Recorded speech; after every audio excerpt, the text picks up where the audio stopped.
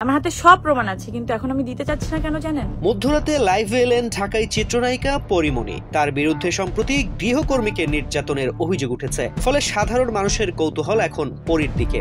এ কারণে মধ্যরাতেও তার লাইভে চোখ রাখেন অগণিত নেটিজেন।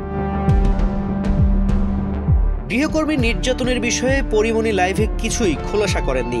বলেছেন তার কাছে প্রমাণ আছে, কিন্তু এখনই তা দেবেন না। লাইভের বেশিরভাগ অংশ জুড়েই পরি দেশের মিডিয়ার উপর নিজের ক্ষোভ ছেড়েছেন। মিডিয়া কেন সেই অভিযোগকারীর পুরো বক্তব্য ফলাও করে প্রচার করলো তা নিয়েই আক্ষেপ করেছেন এই চিত্রনায়িকা।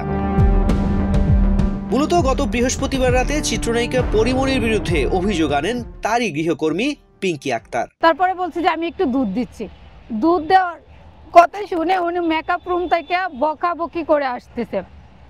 আসার পরে রুমে আসছে, আমাকে বলতেছে এই তোকে কে বলছে দুধ দিতে, দুধ কি দিয়ে বানাচ্ছস?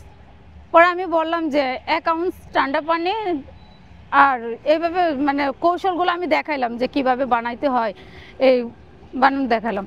দেখানোর পরে বলে যে কোথায় থেকে পানি নিছ? পরে আমি বললাম যে ফ্রেশ পানি থেকে, ওইখান থেকে পানি নিয়ে আমি বানাচ্ছি। কয়ে মাগি মানে অনেক বিশ্রী ভাষা দিয়া মানে গালিগালাজ শুরু করে আমাকে তাপড়ানো শুরু করছে। সৌরভ পাশে দাঁড়ানো ছিল, কিন্তু উনিও একটু মানে করে নাই।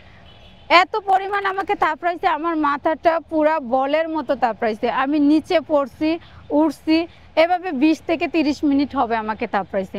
তখন আমার অবস্থা অনেক খারাপ হয়ে যায়। মানে উনি তাপড়ায় ওনার মেকআপ রুমে চলে যায়।